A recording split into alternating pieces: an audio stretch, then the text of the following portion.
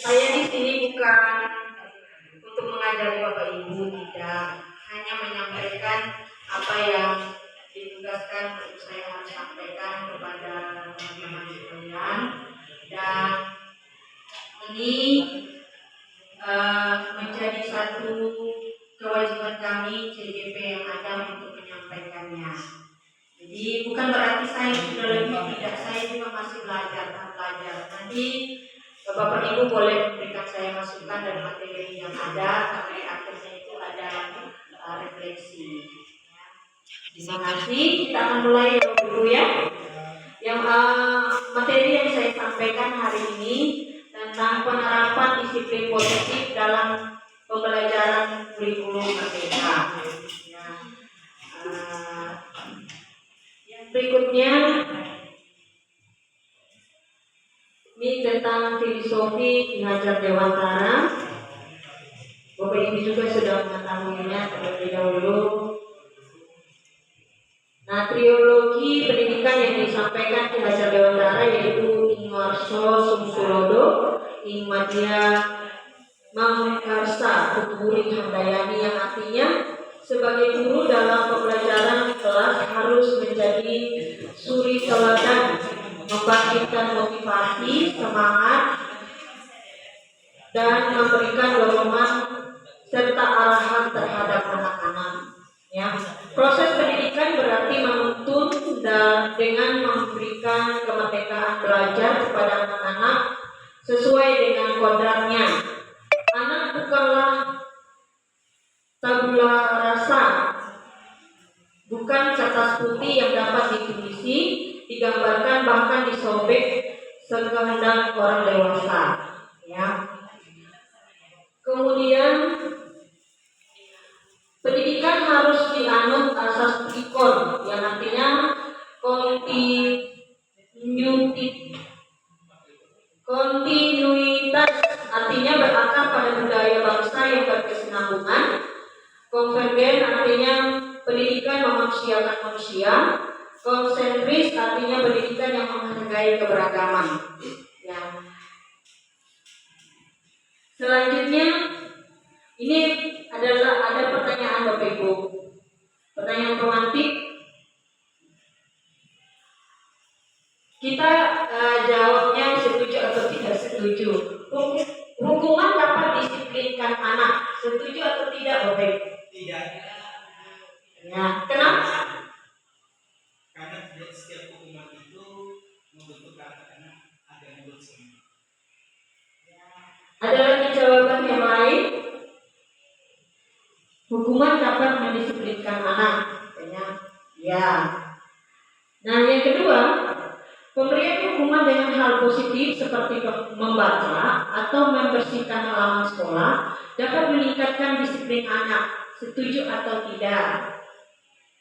Misalnya Bapak Ibu, kita anak ini misalnya terlambat dan kita kasih berikan hukuman. Apakah itu kita setuju atau tidak?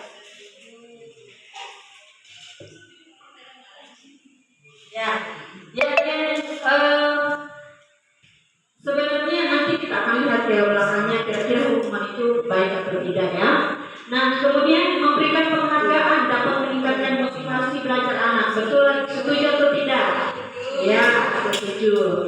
Nah,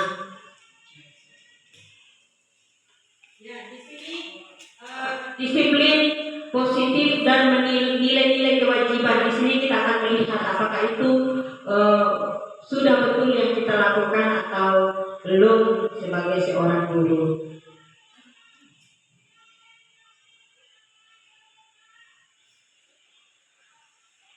Nah, di sini ada teori kontrol. Psikiater dan pendidik Dr. William Glasser dalam kontrol teori yang kemudian dapat berkembang dan dinamakan choice theory, meluruskan beberapa miskonsepsi tentang makna kontrol. Yang pertama, ilusi guru mengontrol murid. Ya. Pada dasarnya kita tidak dapat memaksa murid untuk berbuat sesuatu jika murid tersebut memilih untuk tidak melakukannya. Yang kedua, ilusi bahwa dan bermanfaat. Penguatan positif atau bujukan adalah bentuk-bentuk kontrol dalam jangka waktu tertentu. Kemudian murid tersebut akan menyadari dan mencoba untuk menolak bujukan kita, atau bisa jadi murid tersebut menjadi tergantung pada sang guru. Nah, yang ketiga, ilusi bahwa kritik dan membuat orang merasa bersalah dapat menguatkan karakter. Menggunakan kritik dan rasa bersalah untuk mengontrol murid menuju pada identitas gagal. Mereka belajar untuk merasa buruk tentang dirinya sendiri. Contohnya Bapak Ibu, ini ketika kita mengontrol murid dan kita merasa langsung berkata bahwa kamu ini salah, kamu salah, secara tidak langsung kita membuat identitas dia itu agak sedikit gagal. Dia akan merasa bahwa iya benar saya salah, tanpa dia menyadari betul-betul bahwa itu dia salah. Ya. Nah, ilusi bahwa memiliki hak untuk memaksa. Ya. Banyak orang dewasa yang percaya bahwa mereka memiliki tanggung jawab untuk membuat murid-murid berbuat hal-hal tertentu.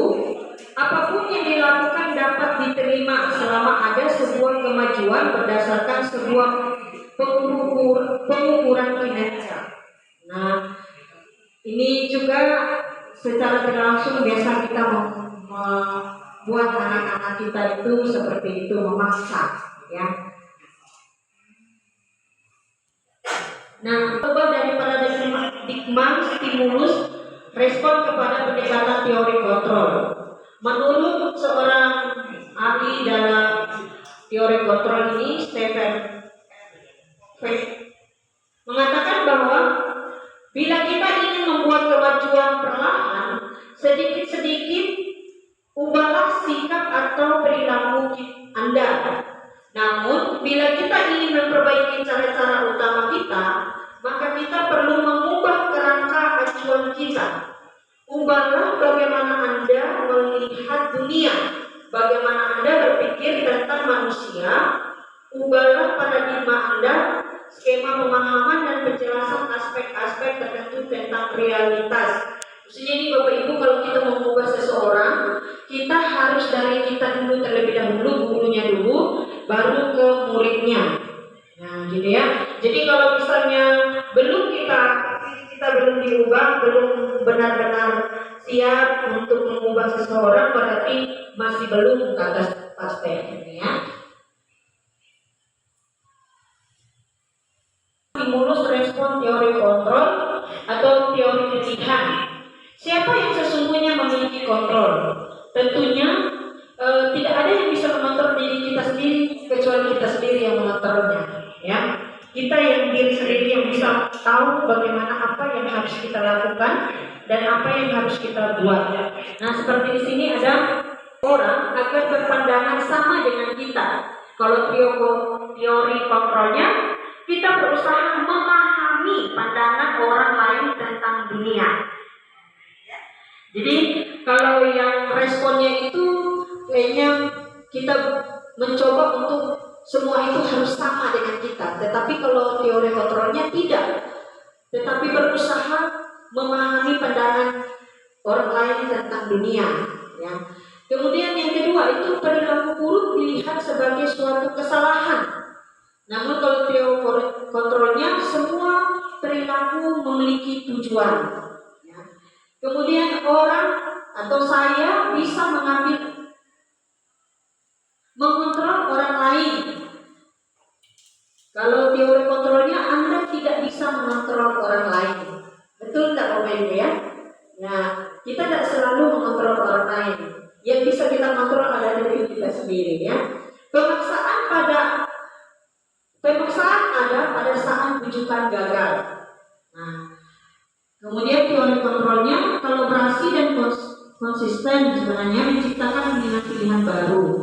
Nah, model berpikir menang atau kalah itu teori responnya. Tetapi kalau teori kontrol atau pilihan, model berpikir menang-menang saja, gitu ya. Nah, di sini Bapak Ibu kita akan melihat disiplin positif. Nah, teori kontrol atau teori pilihan menurut Dr. William Gassel mengatakan ada tidak orang mengontrol orang lain.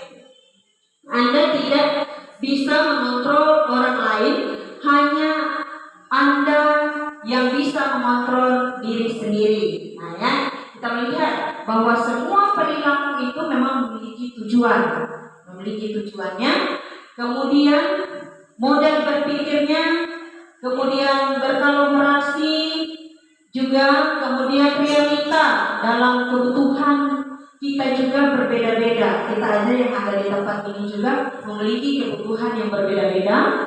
Kemudian pandangan orang lain tentang dunia juga pasti berbeda-beda, dan setiap orang memiliki atau gambaran yang juga yang berbeda-beda, ya. Nah, makna dari disiplin positif di sini adalah belajar kontrol diri dengan menggali potensi kita agar tujuan tercapai mulia, yaitu suatu menjadi seseorang yang kita inginkan berdasarkan nilai-nilai yang kita hargai, ya. Kita akan melihat ada teori kontrol di sini, ada 3 Bapak Ibu, untuk menghindari hukuman, ya. Teori motivasi, ada motivasi ekstrinsik dan motivasi intrinsik. Nah, di sini untuk menghindari hukuman. Yang kedua itu untuk mendapatkan imbalan. Yang ketiga untuk menghargai diri sendiri. Nah, kita akan melihat di sini 5 teori kontrol yang ada pada diri setiap insan yang ada. Yang pertama itu penghukum. Nah, penghukum dan pembuat rasa bersalah. Yang ketiga menjadi teman. Yang keempat pemantau. Yang kelima manajer. Nah, kalau penghukum di sini kita selalu berkata bahwa kepada anaknya, awas ya kalau kamu mengulangi lagi. Nah, gitu ya.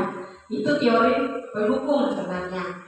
Nah, kalau merasa bersalah, misalnya kita berkata kepada anak-anak, kamu tadi ya, kamu udah terlambat, ngapa harus diulangi terus? Nah, itu kita langsung secara langsung membuat anak itu merasa bahwa dia itu selalu terlambat, merasa bersalah dan akan menekan dirinya sendiri. Nah, teman, kita mengajak dia mengobrol. Nah, menjadi seorang kawan dan kita berdiskusi dengan dia. Kenapa? Kita tanyakan apa masalahnya. Kemudian pemantau, kita melihat dulu perkembangan anak ini, kita melihat latar belakangnya, kita melihat kehidupannya, kenapa, apa, dan penyebabnya dia terlambat, dan kenapa sampai dia membuat kesalahan di dalam kelas. Dan karena itu juga akan berefek di dalam kelas ya kehidupannya. Nah, yang kelima menjadi manajer. Manajer ini dia akan menjadi teman sekalian berdiskusi dengan rekan-rekannya, apa mencari solusi dari setiap permasalahan yang terjadi. Misalnya mengadakan sesuatu kegiatan, pasti kepala sekolah, guru-guru juga akan berdiskusi untuk atau bersosialisasi dengan rekan-rekan apa yang akan disampaikan dan apa yang akan diperbuat. Nah, kemudian ada lima kebutuhan dasar manusia yang melekat pada diri manusia itu sendiri. Yang pertama itu bertahan untuk hidup. Nah, semua orang pasti punya ini ya, untuk bertahan untuk hidup. Bagaimana dia harus tetap bertahan dalam menghadapi segala sesuatu kondisi apapun. Nah, kemudian penguasaan, ya, penguasaan, dia menguasai segala sesuatu, tapi bukan berarti dia memiliki segala sesuatu ya. Nah, kemudian kasih sayang dan rasa diterima. Nah, ini juga selalu ada dalam diri setiap manusia, bahwa ingin disayang, ingin dimengerti, ingin dipahami oleh setiap orang, dan ingin diterima oleh orang lain di mana dia berada. Pasti ini pun dibutuhkan oleh, ada kebutuhan dasar manusia. Yang keempat kebutuhan dasar manusia adalah kesenangan. Siapa sih yang mau senang Bapak Ibu? Pasti semua kita mau senang ya. Pasti dalam diri kita ada waktu titiknya kita mau merasa menikmati segala sesuatu itu dengan penuh kesenangan. Yang keempat, kebebasan.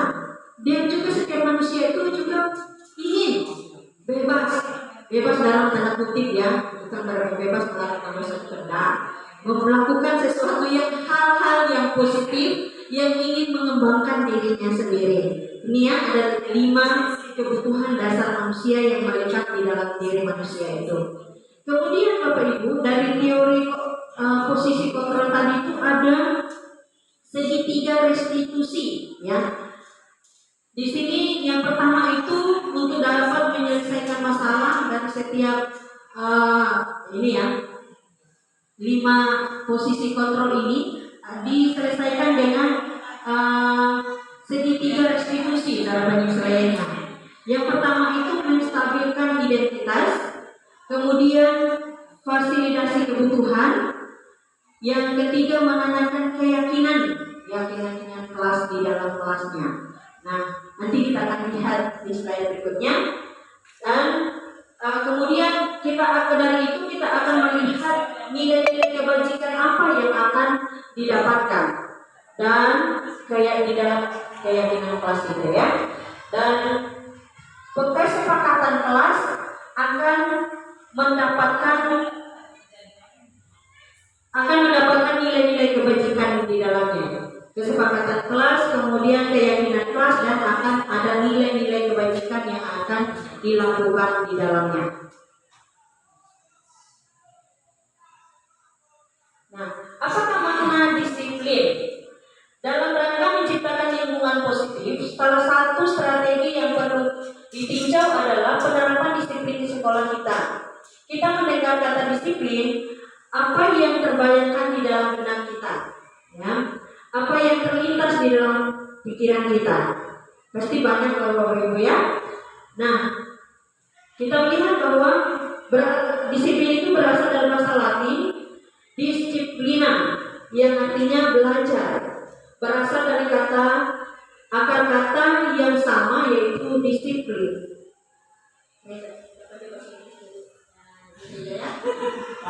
Yaitu murid atau pengikut.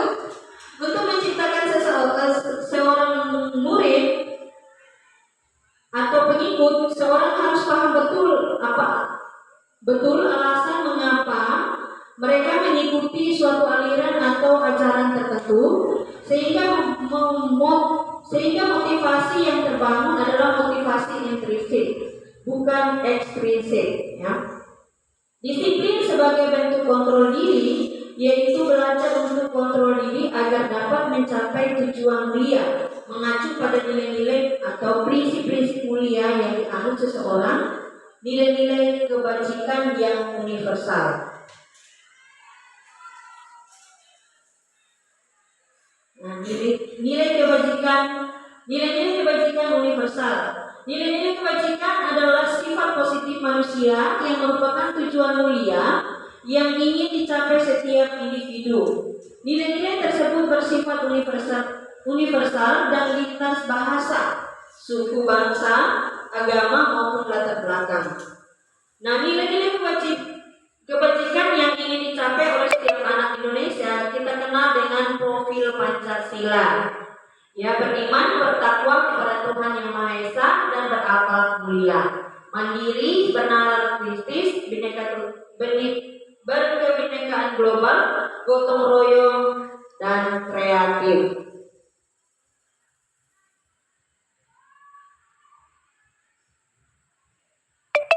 Nah, refleksi disiplin positif. Sebagai guru, saat Anda hadir mengajar di kelas tepat waktu, motivasi apakah yang mendasari tindakan Anda? Apa yang mendasari pertama Bapak Ibu?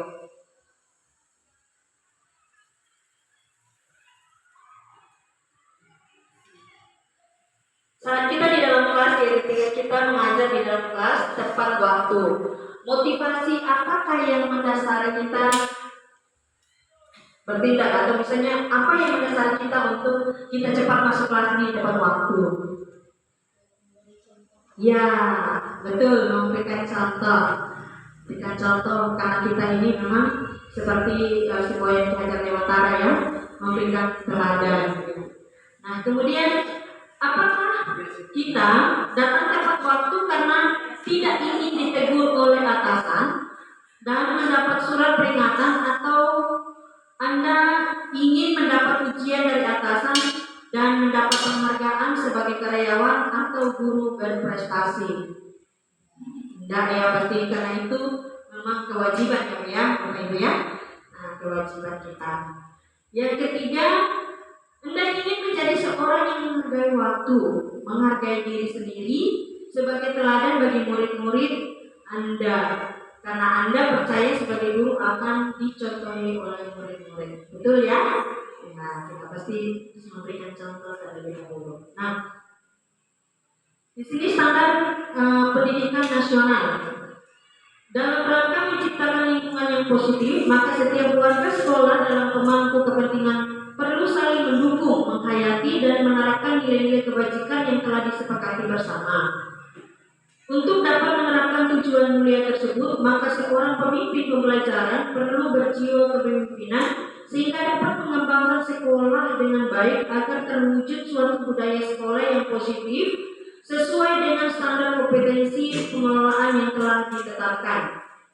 Tujuan mulia dari penerapan disiplin positif adalah agar terbentuk murid-murid yang berkarakter, disiplin, santun, jujur, peduli, bertanggung jawab, dan merupakan pembelajar sepanjang hayat sesuai dengan standar kompetensi kelulusan yang diharapkan. Bapak Ibu, kemarin waktu saya pendamping kedua itu,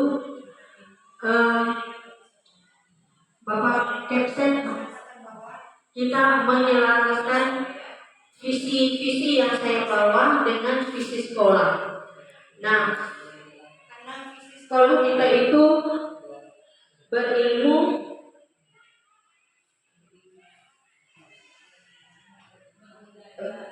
ya, berilmu, berbudaya dari situ ya. Kemudian di situ saya melihat bahwa pemaparan Kepsek itu membuat kita semuanya akan menjulur kepada ini, semuanya berkarakter, dan itu menjadi kebiasaan di dalam anak-anak kita ke depannya. Nah, dan di situ saya lihat bahwa kepala sekolah juga menginginkan hal yang sama, ya, menyelaraskan visi yang ada dan mendukung dan kerjasama Bapak Ibu Saudara dan saya. Yang kedua yang kami pelajari ya Bapak Ibu tentang teori motivasi, hukuman, dan penghargaan serta restitusi. Ini motivasi perilaku manusia itu, mari kita melihat kembali kepada pribadi kita sendiri bahwa bagaimana kita harus berlaku, baik berlaku di dalam kelas, di luar kelas, bahkan dengan rekan sejawat yang ada. Kemudian mengapa kita melakukan segala sesuatu? Nah, kita melakukan sesuatu ini apakah karena tuntutan dari guru, kepala sekolah, atau karena memang kita mau melakukannya? Ya. Kemudian apakah kita melakukan sesuai karena adanya dorongan dari lingkungan atau dorongan yang lain? Kita melakukan sesuatu itu karena ada dorongan orang lain atau karena memang itu harus kita lakukan. Nah, kira-kira begitu ya Ibu ya. Nah, ini teori motivasi perilaku manusia, ya. Motivasi eksternal, motivasi internal, ya, tujuannya disiplin positif. Nah, di sini ada Diana Gosen dalam bukunya mengatakan bahwa 3 motivasi perilaku manusia. Yang pertama itu untuk menghindari ketidaknyamanan atau hukuman. Apa yang akan terjadi apabila saya tidak melakukannya? Ya, gitu ya. Jadi kalau kita menghindari ketidaknyamanan itu atau hukuman, pasti kita akan berpikir bahwa apa yang akan terjadi kalau saya melakukan dan juga kalau saya tidak melakukannya. Nah, yang kedua, untuk mendapatkan membutuhkan imbalan dari orang lain atau institusi. Nah, pasti ada pertanyaan kepada kita bahwa apa yang akan saya dapatkan apabila saya melakukannya. Nah, gitu ya. Yang ketiga, untuk menghargai diri sendiri. Nah, pasti kita akan mengatakan saya akan menjadi orang yang seperti apa apabila saya melakukannya. Nah, jadi ini kembali kepada kita sendiri ya, bagaimana kita menjawabnya dan bagaimana kita melakukannya, apakah itu ini kata orang lain atau memang harus itu kewajiban dari saya sendiri gitu ya. Jadi seperti yang cara mengatakan merdeka itu artinya tidak hanya terlepas dari perintah, akan tetapi juga cakap membuat perintah diri sendiri. Jadi dia membuat perintah diri sendiri ya, kita sendiri. Kalau saya pahami dengan disampaikan seperti itu di dalam materi.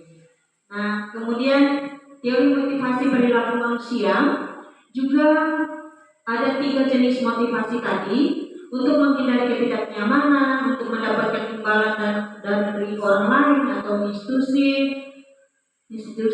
kemudian menghargai diri sendiri. Nah, motivasi manakah yang saat ini paling banyak mendasari perilaku murid-murid kita di sekolah? Pasti kita, Bapak Ibu wali kelas dan guru yang ada di tempat ini, kita tahu nih motivasi anak-anak kita, apa tujuannya, motivasi mereka lebih bersemangatnya yang gimana ya. Dan kita juga, apakah mereka sampai saat ini sudah menghargai diri mereka sendiri atau belum, atau mereka hanya ingin mendapatkan imbalan atau pujian dari orang lain, ataukah mereka menghindari ketidaknyamanan atau hukuman sehingga mereka tepat waktu. Nah, Bapak Ibu semua lebih tahu daripada saya ya. Nah, kemudian strategi apa yang selama ini kita terapkan untuk menambah disiplin positif, menanamkan disiplin positif pada murid-murid kita? Bagaimana hasil pada perilaku murid-murid kita? Nah, ketika kita mendisiplinkan murid, memberikan disiplin positif bagi mereka, apakah mereka itu sudah senang? Apakah ada yang menerimanya atau tidak menerimanya? Di dua-duanya itu ada yang mau menerima hukuman, ada juga yang tidak mau, dan berefeknya ke hal-hal yang lainnya. Nah, nilai-nilai kebajikan apa yang Anda berusaha tanamkan pada murid-murid kita di kelas dan di sekolah? Kira-kira yang lebih dominan kita tanamkan ke anak-anak kita yang mana? Apakah hukuman atau motivasi?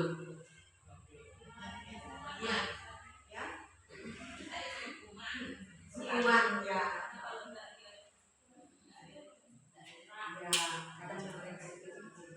Itu realita yang terjadi ya. Nah, kita akan melihat didukung oleh penghargaan. Menurut Alfikon yang mengemukakan baik penghargaan maupun hukuman adalah cara-cara mengontrol perilaku seseorang yang menghancurkan potensi untuk pembelajaran yang sesungguhnya. Saat kita berulang kali menjanjikan hadiah kepada anak-anak agar perilaku bertanggung jawab, atau kepada seorang murid agar mempelajari sesuatu yang baru, atau kepada seorang karyawan agar melakukan pekerjaan yang berkualitas, kita sedang berasumsi mereka tidak dapat melakukannya atau mereka tidak akan memilih untuk melakukannya. Nah, menurut ini Bapak Ibu, kalau kita misalnya kita menjanjikan sesuatu kepada seseorang bahwa nanti saya kasih hadiah kalau kamu sudah melakukan, sebenarnya kita berusaha untuk tidak memberikan dia melakukannya, tapi karena kita menjanjikan, seolah-olah sebenarnya dia tidak mau juga, tapi karena hanya dia melihat hadiah. Nah, itu dikatakan didukung oleh penghargaan. Nah, kita akan melihat Bapak Ibu pengaruh jangka pendek dan jangka panjang. Penghargaan efektif dalam jangka waktu pendek Jika kita selalu menggunakannya, maka orang tersebut akan bergantung pada penghargaan yang diberikan serta kehilangan motivasi dari dalam dirinya. Nah, ini Bapak Ibu, kalau kita sudah janjikan kayak tadi kan, dia hanya melakukan karena ada hadiah. Ya, kalau tidak ada hadiah dia tidak akan melakukannya. Ya, jadi ini yang dikatakan bahwa dia nanti akan bergantung saja kepada hadiah. Dia kalau melakukan segala sesuatu karena ada hadiah, gitu ya. Yang berikutnya, penghargaan merusak hubungan. Ketika seorang diberi penghargaan atau dipuji di depan orang banyak, maka orang lain akan merasa iri dan sebagian dari mereka akan tidak menyukai orang yang diberikan penghargaan tersebut. Nah, mudah-mudahan ini tidak ada seperti itu dalam diri kita ya. Kalau misalnya satu orang dipuji, nah yang lainnya tidak ada seperti ini ya, tidak ada yang diberi ya. Ini yang merusak hubungan katanya ya. Kemudian yang berikutnya penghargaan atau menghukum. Mereka tidak mendapatkan penghargaan. Penghargaan menghukum mereka yang tidak mendapatkan penghargaan. Kemudian memberikan penghargaan dan hukuman adalah hal yang sama karena keduanya mencoba mengendalikan perilaku seseorang. Betul dalam itu. Ya. Memberikan penghargaan dan hukuman adalah hal yang sama karena keduanya mencoba mengendalikan perilaku seseorang. Nah, bentuk program kebajikan atau apresiasi yang pertama dalam memberikan apresiasi atau pengakuan perlu diingat beberapa hal. Yang pertama, memberi pengakuan secara khusus, memberi pengakuan secara pribadi, memberi pengakuan kepada semua murid atau bergantian, memberi pengakuan secara konsisten, fokus pada proses. Nah, memberikan pengakuan secara khusus ini kita contohnya dia melakukan sesuatu yang positif, kita memberikan bahwa dia bisa melakukannya, mengakui bahwa dia sudah bisa melakukannya. Kemudian secara pribadi kita panggil, kalau kita konseling dia, bahwa sebenarnya dia itu sudah bisa memberikan motivasi dia sama itu, dan kita lihat sesuatu yang dia sudah lakukan di dalamnya, ya yang bisa dia bisa, yang lainnya belum bisa, berusaha untuk melakukannya. Nah, pengakuan kepada semua murid ketika seperti yang beberapa hari yang lalu kita mengambil mereka yang dapat juara genre di depan semua orang. Nah, kemudian beri pengakuan secara konsisten, artinya terus menerus ya, memberikan dan fokus pada prosesnya. Nah, ini hukuman konsekuensi dan restitusi. Sebelum kita membahas lebih mendalam tentang penerapan restitusi, kita perlu bertanya, apakah perbedaan hukuman dengan konsekuensi? Apa itu pertanyaannya? Kayaknya sebenarnya bersama ya, hukuman dan konsekuensi. Kalau kita berikan hukuman pasti ada konsekuensi yang dirasakan. Nah, bila sama, di mana persamaannya? Bila berbeda, bagaimana perbedaannya? Nah, disiplin dalam bentuk hukuman bersifat tidak terencana atau tiba-tiba. Hukuman yang diberikan bisa berupa fisik maupun psikis. Murid atau anak disakiti oleh suatu perbuatan atau kata-kata.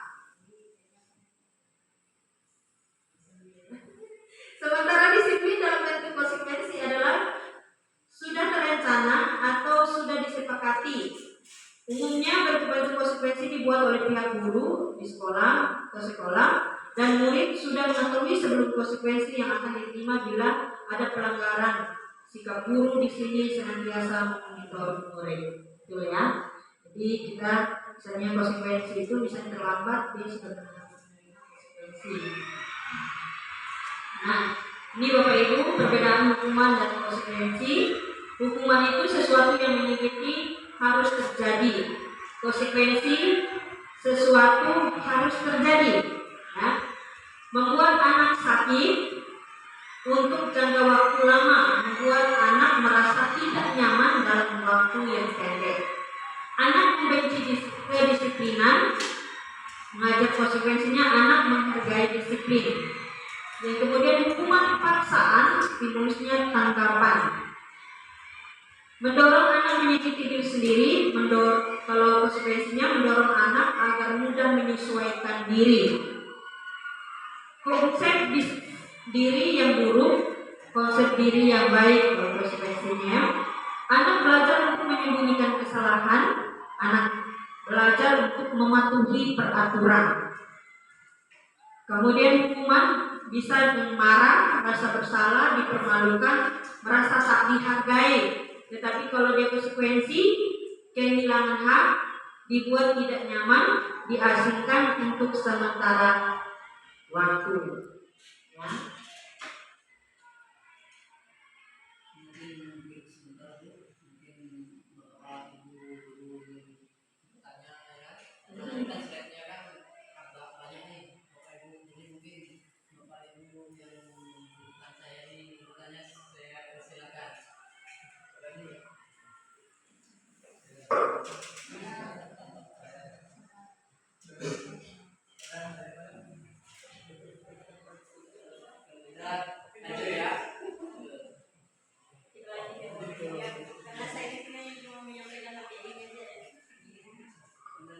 Ya.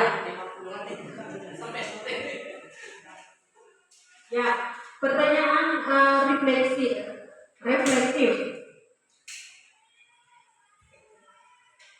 Iva kurang menguasai pelajaran matematika, sehingga pada saat pembelajaran tersebut berlangsung, dia lebih banyak berdiam diri dan menggambarkan di buku pelajaran.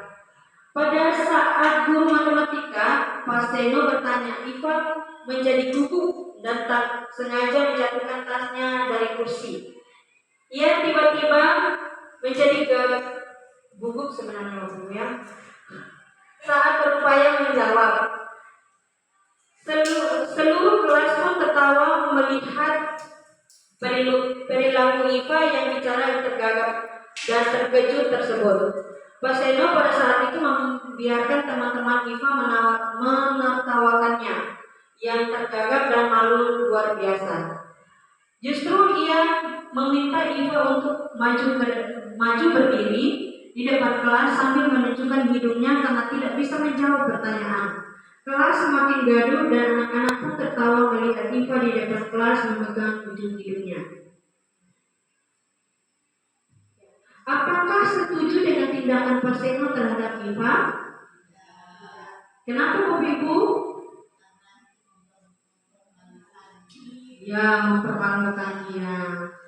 Ya, menurut kita tindakan Pak Seno terhadap Iva adalah sebuah hukuman atau konsekuensi? Hukuman. Nah, ini Bapak Ibu, ya, kalau tindakan guru itu mencatat 100 kali di dalam buku kalimat, saya tidak akan terlambat lagi karena terlambat di sekolah. Itu hukuman. Ya, lari mengelilingi lapangan voli 2 kali karena terlambat hadir di sekolah. Itu juga. Murid diminta untuk push up 15 kali karena tidak menggunakan masker di sekolah. Mengganti kertas tugas teman yang telah dicoret-coret. Membersihkan tumpahan air di meja tulis karena tersenggol pada saat belajar. Murid disuruh untuk tidak mengenakan sepatu seharian di sekolah karena tidak mengenakan sepatu hitam. Murid disuruh berdiri di depan kelas karena ribut saat belajar. Nah, kita lihat kita semua itu. Taruh dulu lah. Lanjut. Nah, kita akan melihat tentang restitusi, Bapak Ibu ya. Restitusi adalah proses menciptakan kondisi bagi murid untuk memperbaiki kesalahan mereka, sehingga mereka bisa kembali pada kelompok mereka dengan karakter yang kuat.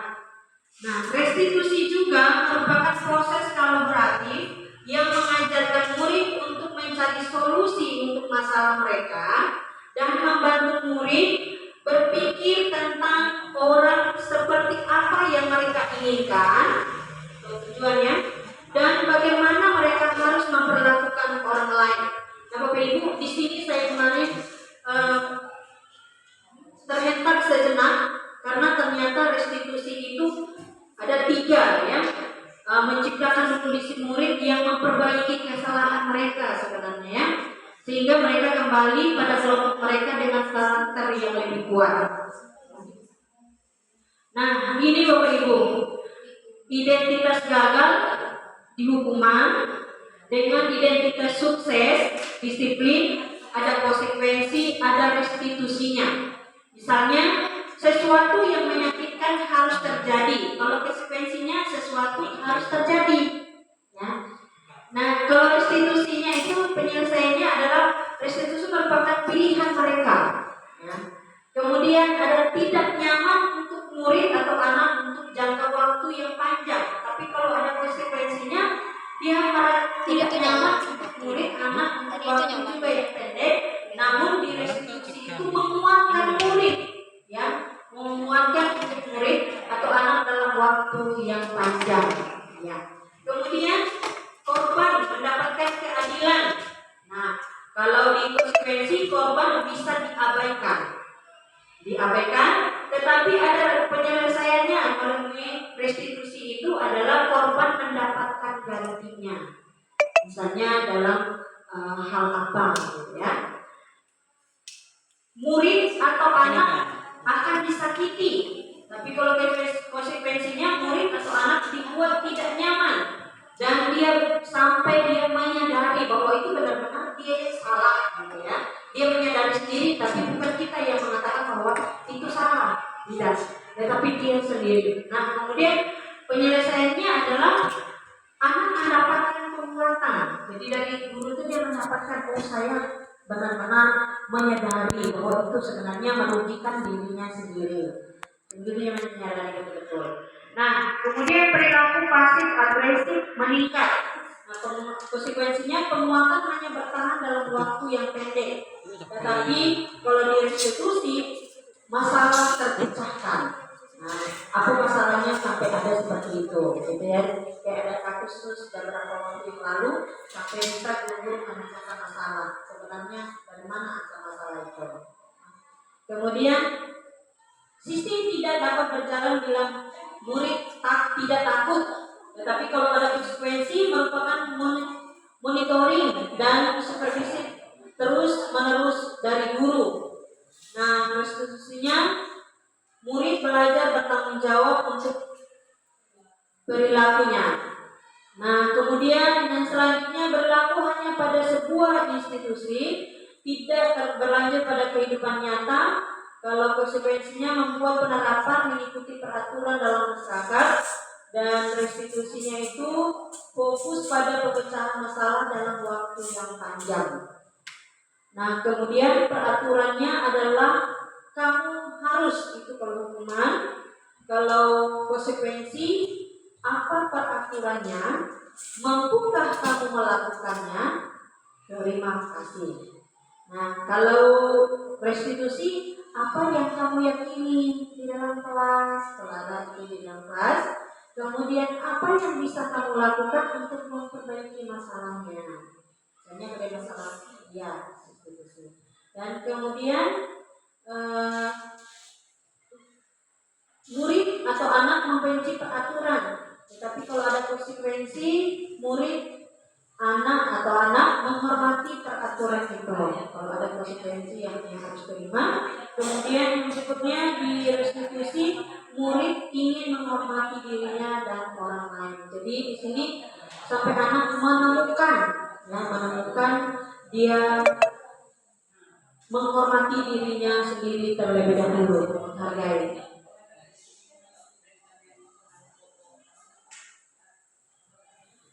Sembilan ciri-ciri restitusi.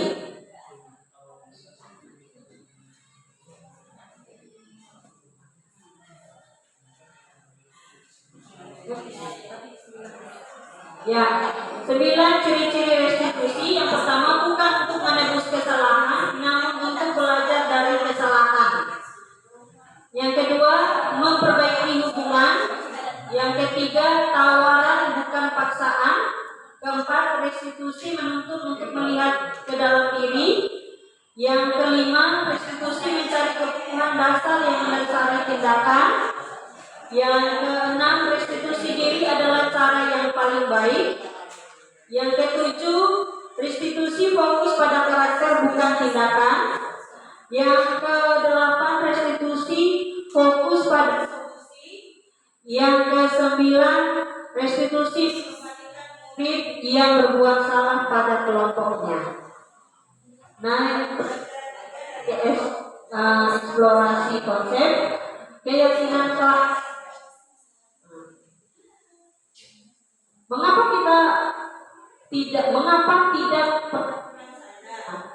Mengapa harus keyakinan kelas? Nah, di kelas kita mungkin sudah buat ya tentang keyakinan kelas yang disepakati bersama guru dan murid. Nah, mengapa kita memiliki peraturan harus menggunakan helm bila naik kendaraan beroda 2? Artinya supaya kita selamat ya, keselamatan itu penting. Nah, mengapa kita memiliki peraturan 3M?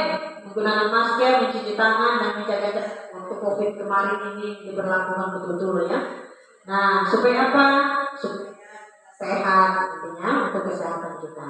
Nah, nilai-nilai keselamatan atau kesalahan, nilai-nilai keselamatan atau kesehatan, inilah yang kita sebut sebagai keyakinan, yaitu nilai-nilai universal yang disepakati secara tersirat dan tersurat, lepas dari latar belakang suku, negara, bahasa maupun agama. Seseorang akan lebih tergerak dan bersemangat untuk menjalankan keyakinannya daripada hanya sekedar mengikuti serangkaian peraturan tertulis tanpa makna. Oke, lanjut. Nah, pembentukan keyakinan kelas. Keyakinan kelas bersifat lebih abstrak daripada peraturan yang lebih terinci dan konkret. Yang kedua, keyakinan kelas berupa pernyataan universal. Yang ketiga, keyakinan kelas senantiasa dibuat dalam bentuk positif. Betul ya, di kelas kita semuanya positif. Keyakinan kelas hendaknya tidak terlalu banyak sehingga mudah diingat dan dipahami semua warga kelas. Yang kelima, keyakinan kelas sebaiknya sesuatu yang dapat diterapkan di lingkungan tersebut. Semua warga kelas hendaknya ikut berkontribusi dalam pembuatan keyakinan kelas lewat kegiatan curah pendapat. Yang ketujuh, bersedia meninjau kembali keyakinan kelas dari waktu ke waktu. Ini saya rasa kita sudah pernah buat di dalam kelas ya Bapak Ibu. Nah, ini hanya sekedar contoh yang saya ambil ya tentang kesepakatan kelas. Misalnya datang tepat waktu, mengucapkan salam, menjaga kebersihan sekolah, berdoa sebelum dan sesudah kegiatan, aktif dalam pembelajaran, tertib. Nah, kesepakatan kelas juga ada kami guru dan murid yang saling menyayangi, kami murid yang semangat belajar, kami murid yang peduli dengan teman-teman. Mungkin ini hanya sekadar contoh dan itu juga mungkin kita sudah melakukan di dalam kelas, sudah ada ditempel di dalam kelas masing-masing. Nah, prosedur pembentukan keyakinan kelas. Mempersilakan warga sekolah atau para murid untuk curahkan pendapat tentang peraturan yang disepakati di dalam kelas. Tentunya kita melakukan ini antara guru wali kelasnya dengan murid-murid yang ada, ya. Kemudian mencatat semua masukan warga sekolah atau para murid dan disusunlah keyakinan kelas. Gantilah kalimat yang dalam bentuk negatif menjadi positif. Nah, misalnya kalimat negatifnya jangan berlari di kelas atau koridor, bisa di kalimat positifnya berjalanlah di depan kelas atau koridor. Kemudian yang berikutnya tinjau kembali daftar curah agar tidak ada yang berupa peraturan. Kemudian tinjau ulang keyakinan kelas secara bersama-sama Setelah disepakati bersama-sama warga sekolah, para murid dan guru menandatangani keyakinan kelas tersebut. Keyakinan kelas selanjutnya bisa ditempelkan di dinding. Tidak bisa ya. Nah, yang berikutnya Bapak Ibu kami pelajari tentang kebutuhan dasar manusia tadi dan dunia yang berkualitas. Nah, ini ada dasar kebutuhan manusia tadi. Pasti ada kasih sayang dan mau diterima, rasa diterima ya. Kemudian ada penguasaan, kesenangan dan kebebasan. Semua ini ada di dalam diri manusia itu sendiri ya. Dan bertahan hidup itu yang pertama. 5 ini setiap manusia pasti ada. Tidak ada yang tidak ada, kecuali dia udah tidak ada lagi ya. Berarti itu tidak berhak ada ini. Ya, ada bertahan hidup, penguasaan, kebebasan, kesenangan, kasih sayang dan rasa diterima oleh keluarga, sanak saudara, rekan dan lain sebagainya. Pasti setiap orang itu pasti rindu diterima di mana dia berada. Nah, ini kebutuhan bertahan hidup adalah kebutuhan yang bersifat psikologi, misalnya kesehatan, rumah, makanan, komponen psikologi, kebutuhan akan perasaan aman. Kemudian kasih sayang, rasa diterima meliputi kebutuhan akan hubungan dan koneksi sosial, kebutuhan memberi dan menerima kasih sayang, dan kebutuhan untuk merasa menjadi bagian dari suatu kelompok itu. Penguasaan atau power, kebutuhan ini meliputi keinginan untuk diakui, dianggap kompeten, berharga, dihormati. Nah, kebebasan, kebutuhan akan kemandirian, otonomi, memiliki pilihan dan kebutuhan mengendalikan arah hidupnya. Kesenangan adalah kebutuhan untuk mencari kesenangan, bermain dan tertawa. Ini pasti ya, semua orang pasti ingin ini. Apalagi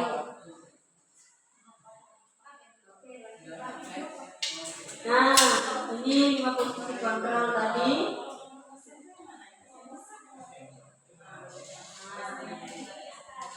Pertanyaan refleksi.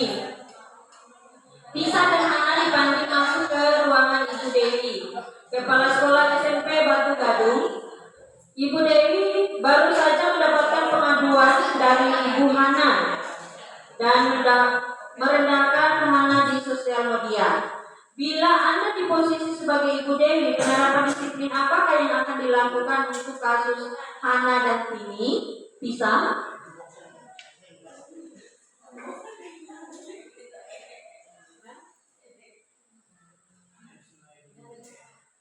Tisa dan Hana dipanggil masuk ke ruangan Ibu Dewi, Kepala Sekolah Batu SMP. Ibu Dewi harus mendapatkan pengaduan dari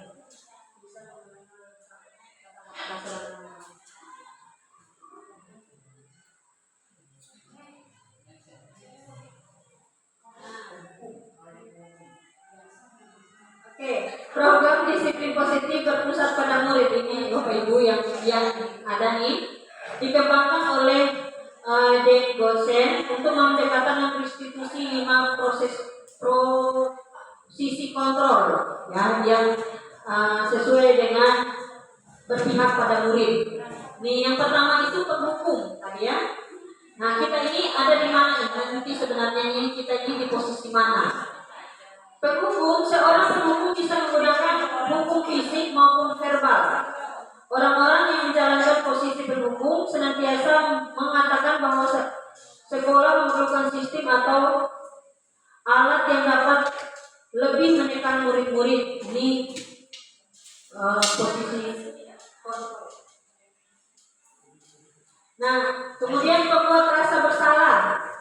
Pada posisi ini seseorang akan menggunakan keinginan yang membuat orang lain merasa tidak nyaman, bersalah atau rendah diri. Teman, guru pada posisi ini tidak akan menyakiti murid, namun akan tetap berupaya mengontrol melalui persuasi. Posisi teman pada guru bisa negatif ataupun positif. Keempat, pemantau. Pemantau ini berarti mengawasi. Pada saat kita mengawasi, kita bertanggung jawab atas perilaku orang-orang yang kita awasi. Ada sanksinya, ada konsekuensinya. Yang kelima, manajer. Pada posisi ini, guru berbuat sesuatu bersama-sama dengan murid, memerintahkan murid bertanggung jawab, mempertanggungjawabkan perilakunya, mendukung murid agar dapat menentukan solusi atas permasalahannya di diri sendiri. Nah, ini ada di kita ini di mana? Bapak Ibu yang tahu ya. Nah, Bapak Ibu kira-kira di mana diperhukungkan pembuatan sebagai teman, pemantau, manajer.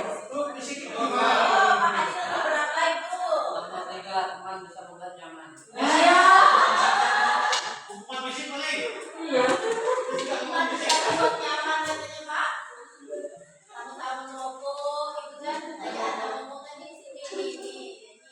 Nah, oke. Yang kita tahu masing-masing ya Bapak Ibu ya. Oke, lanjut. Nah, ini posisi kontrol. Ada motivasi, identitas gagal, identitas berhasil atau sukses, identitas berhasil atau sukses. Di kontrol diri, ada kontrol luar. Berarti ya. Bapak Ibu, guru berbuat. Kadang kita menghardik, di penghukum itu kita menghardik, menunjuk-nunjuk, menyakiti, menyindir. Nah, ya. Membuat orang merasa bersalah. Berceramah dan menyalahkan. Seharusnya ibu kecewa titik ya. Kemudian teman, kalau menjadi seorang teman itu membuat alasan-alasan untuk muridnya. Kalau pemantau menghitung dan mengukur ya sejauh mana sudah menyelesaikan dan lain sebagainya. Kalau posisi manajer mengajukan pertanyaan-pertanyaan, kenapa, apa, iya,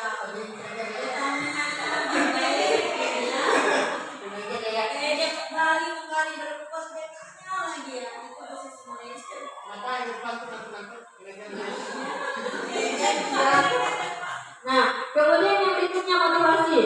Guru berkata, kalau berhukum, kalau kamu tidak melakukan, awas ya, rasakan ya, gitu ya. Kalau itu berhukum. Nah,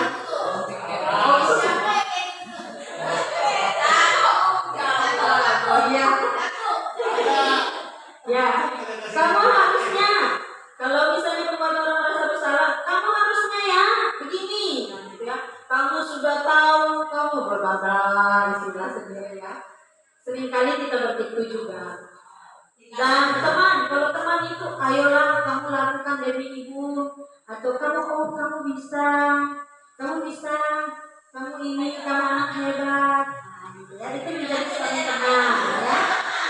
Pemantau. Apa aturannya? Nah, gitu ya. Apa aturannya? Kamu sudah tahu belum? Ya, gitu. Kemudian manajer. Apa yang kita yakini? Kamu sudah tahu belum aturannya? Yang di PP di dalam kelas itu ada peraturan-peraturan sekolah. Apa yang boleh dilanggar, apa yang boleh tidak. Kita tanyakan lagi kepada anaknya yang bersangkutan. Apa yang bisa kamu kerjakan untuk memperbaiki kesalahannya atau masalahnya? Ini posisi manajer ini kayaknya paling nyaman gitu ya.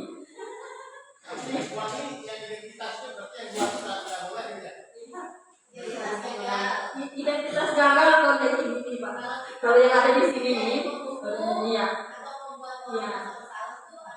Itu identitas gagal. Itu ya, itu identitas sukses itu di luar kontrol dari luar. Kalau yang ini paling nyaman nih, kontrol diri, menghargai diri sendiri, manajer.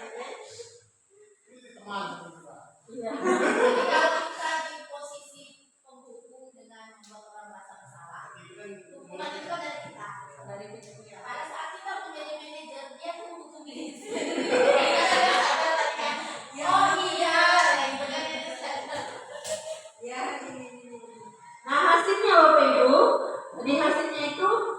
nanti di hukum itu bisa anak memberontak, menyalahkan orang lain, berbohong, inilah yang di posisi hukum. Kemudian yang membuat orang merasa bersalah juga menyembunyikan, menyangkal, berbohong juga. Ya. Kemudian kalau teman itu ketergantungan. Oh tadi kan ada ibu, saya mau pergi ibu, saya mau hanya sama ibu itu aja gitu ya. Kemudian menyesuaikan diri bila diawasi. Kalau yang pemantau ini dia menyesuaikan diri, menyesuaikan, dia diawasi. Nah kemudian yang berhasil itu manajer menguatkan pribadi. Ya saya menguatkan. Kayaknya paling nyaman loh manajer dari semua itu. Nah, iya. Dampak pada murid. Nah, biasa kalau hukum itu biasanya mengulangi lagi kesalahan yang sama, besok lagi yang sama, terus yang sama. Kemudian yang membuat rasa bersalah itu merasa dari tadi, oh saya ini tidak bisa, saya ini udah dicap begini. Mulai dia kendor-kendor semangat yang tadi udah mulai semangat karena ada kita menuding dia terus, akhirnya mulai mundur. Kemudian teman lemah, tidak mandiri, ketergantungan, dia selalu bergantung terus pada pribadi atau pada orang. Kemudian yang pemantau itu mengkritik, kemudian diberatkan pada sanksi atau hadiah untuk dirinya. Kemudian yang manajer itu mengevaluasi, mengevaluasi diri, bagaimana cara memperbaiki diri. Yang paling nyaman dari semuanya lah manajer lah. Ya. Semakin iya. Mengulang. Saya Bapak Ibu mungkin disuruh berbagi ini mungkin karena yang kedulu kami sudah mengalaminya. Saya pun tersentak ketika saya melihat gambar ini. Ketika modul ini sudah disampaikan, benar saya di posisi ini. Ya, iya di posisi itu. Setelah, ternyata itu tidak bagus ternyata. Saya sebagai orang guru sangat tidak banyak hal yang melakukan hal-hal ini, dua hal ini. Jadi jadi saya bilang sama teman-teman dan ketika kami kemarin bangun kami itu ternyata kita masih banyak kesalahan sebagai seorang guru belum sampai ke yang disampaikan oleh Hajar Dewantara, belum sampai ke situ, masih banyak hal yang diperbaiki gitu ya. Jadi ini saya merasa makanya sekarang saya harus memperbaiki bagaimana yang mulai dari diri saya dulu. Ya Bapak Ibu ya. Lanjut. Nah, ini tugasnya Bapak Ibu. Saya kecewa dengan kamu. Ini siapa yang mengatakannya nih? Nah, kamu tidak pernah benar melakukannya. Ya, ayolah, lakukan demi ibu. Apakah kamu mau mendapatkan stiker bintang hari ini? Bagaimana kamu bisa menyelesaikan masalah ini? Kamu selalu yang paling terakhir. Ya, inilah dia.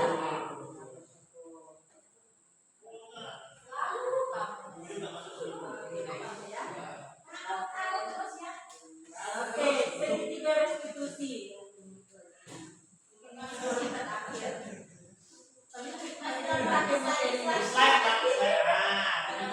Oke, ini segitiga restitusi. Kemarin Bapak Ibu saya sudah mencoba untuk menyelesaikan masalah satu siswa di sekolah kita melalui ini segitiga restitusi. Puji Tuhan di situ dia mulai terbuka ternyata. Jadi mulai hari ini dan seterusnya dari kemarin sampai seterusnya saya akan coba memakai. Kenapa anak ini bisa bandel? Kenapa kalau hanya cuma dikasih hukuman, kok begitu terus dan ulangi terus. Saya coba dengan ini Bapak Ibu, ternyata berhasil. Saya tahu apa akarnya di dalam ya. Jadi ada segitiga restitusi itu ada 3. Pertama itu menstabilkan dulu identitasnya.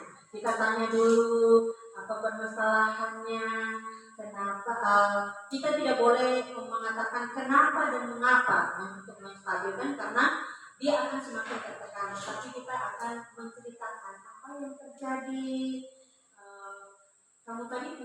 pasti punya alasan. Kita menstabilkan identitas dia supaya dia tidak merasa tertekan karena masalah itu, gitu ya. Kemudian baru kita tanya mau fasilitasi tindakan yang bersalah. Kita akan tanyakan, pasti kamu punya alasan. Kamu tentu punya alasan mengapa kamu melakukan hal itu. Kemudian adakah cara yang lebih efektif untuk mendapatkan apa yang kamu butuhkan? Sebenarnya kebutuhanmu apa? Nah, pada akhirnya nanti baru kita ke keyakinan, menanyakan keyakinan kelas yang ada. Nah, kenapa keyakinan kelas itu apa yang telah kita capai di dalam peraturan di sekolah itu kamu tahu tidak? Nah, kemudian masih ingatkah apa ya yang disampaikan oleh Wakasis tentang peraturan sekolah? Masih diingat tidak? Gitu. Kemudian kamu ingin menjadi seperti apa ke depannya? Nah, jadi kita menuntut anak itu supaya menyadari kesalahannya, tapi kita tidak menyatakan kesalahan itu bahwa itu salah, tetapi kita mengatakan bahwa itu bisa merugikan diri sendiri. Nah, kalau menstabilkan identitas itu juga bisa kita katakan bahwa oh ibu juga dulu pernah terlambat. Nah, tetapi ibu akan memperbaiki. Nah, kita juga akan memperbaiki hal itu. Bagaimana caranya? Nah, harus tidur tepat waktu, bangun tepat waktu, dan berangkat tepat waktu ke sekolah supaya tidak terlambat. Nah, ini untuk segitiga restitusinya. Ada 3. Menstabilkan dulu identitasnya, kemudian fasilitasi tindakan yang salah, kemudian baru menanyakan keyakinannya, apa yang dia sudah tahu tentang peraturan yang ada. Ya. Nah, ini menstabilkan bagian dasar dari segitiga restitusi untuk mengubah identitas anak dari orang yang gagal karena melakukan kesalahan menjadi orang yang sukses. Nah, untuk membuat anak merasa gagal karena berbuat salah menjadi positif terhadap dirinya, ini menstabilkan identitas. Misalnya, guru berkata, berbuat salah itu hal yang manusiawi. Dan kita kesini anak-anak bertumbuh. Kemudian tidak ada manusia yang sempurna. Bapak Ibu juga pernah buat salah. Kita pasti bisa menyelesaikan masalah ini. Bapak Ibu tidak tertarik untuk mencari tahu siapa yang benar dan siapa yang salah. Bapak Ibu lebih tertarik untuk menyelesaikan masalahmu, gitu ya. Kalau kamu menyalahkan dirimu sendiri terus-menerus, apakah kamu bersikap baik pada dirimu sendiri atau tidak? Nah, ini jasa contoh untuk kita bisa membuat anak itu lebih terbuka dengan kita. Nah, yang berikutnya untuk fasilitasi kebutuhan, membantu murid mengenali basicnya, kebutuhan dasar yang ingin dipenuhi ketika melakukan kesalahan itu. Pada dasarnya setiap tindakan manusia tujuannya adalah memenuhi basic need. Ya, apakah itu power, freedom, love, and belonging pun atau survival? Saya beginilah dia tulisannya.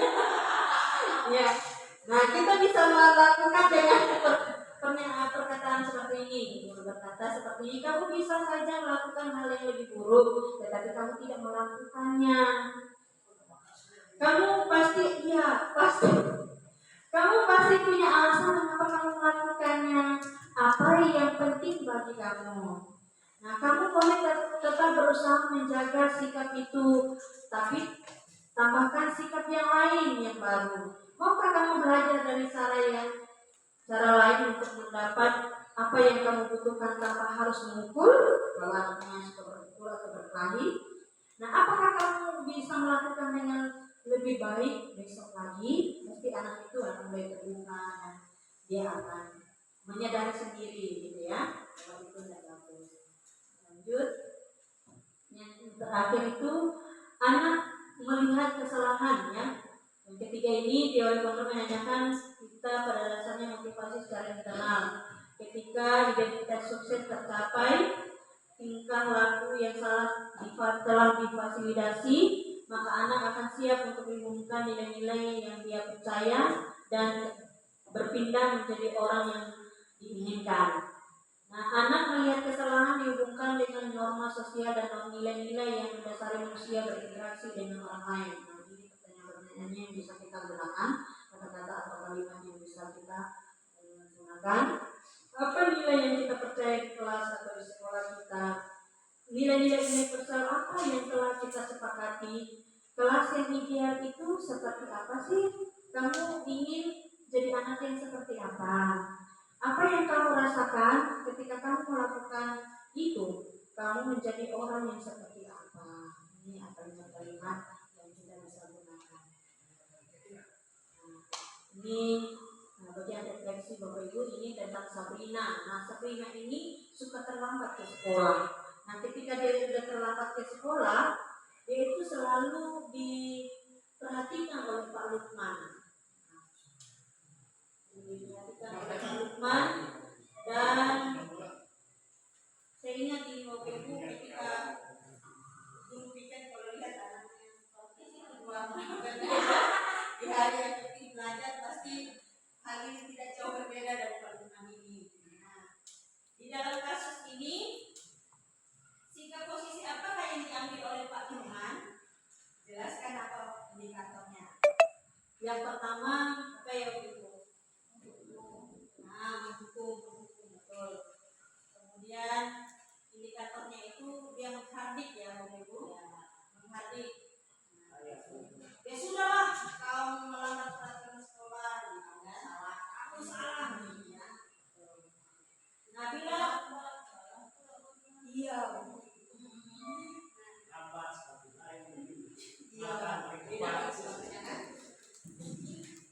Nah, bila kita menjadi bila Pak Lukman mengambil posisi manajer, apa yang harus dilakukan oleh Sabrina? Dia ini kalau misalnya Pak Lukman itu menjadi manajer, apa yang harus dilakukan? Memanggil saya, menceritakan hal-hal itu dia bisa pakai sepatu yang berbeda. Pasti dia akan diskusi dengan Sabrina, pasti dia punya alasan mengapa dia terlambat dan dia bisa memakai sepatu yang berbeda. Nah, yang berikutnya, kira-kira bila kita adalah kepala sekolah, bagaimana kita menyikapi langkah yang diambil Pak Lukman mengenai kasus tersebut? Kita kepala sekolahnya gitu ya. Iya. Kita lihat Pak Lukman gitu ya. Iya. Pasti kita memanggil dan kita tanyakan kenapa, apa penyebabnya. Kita pasti kenapa? Saya masih di rumah sampai malam-malam.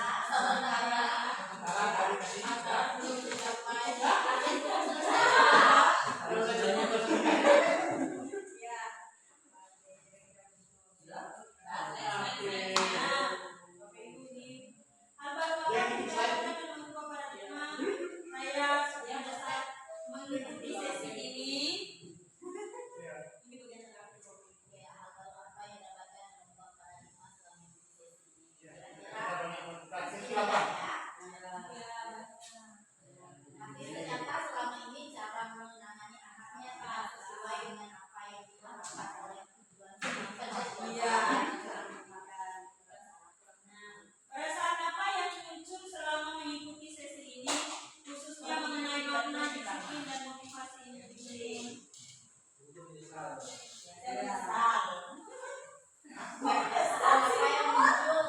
yang muncul? Perasaan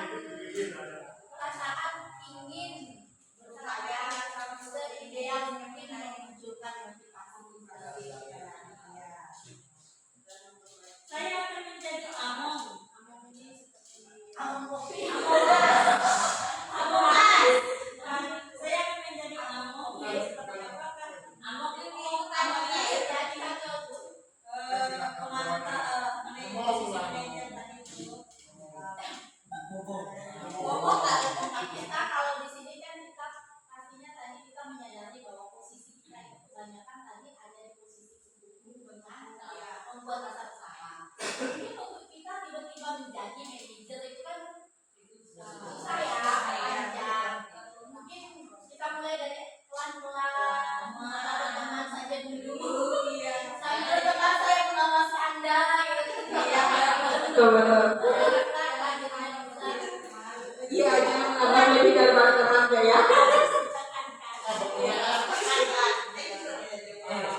Karakter kita susah diubah. Baik.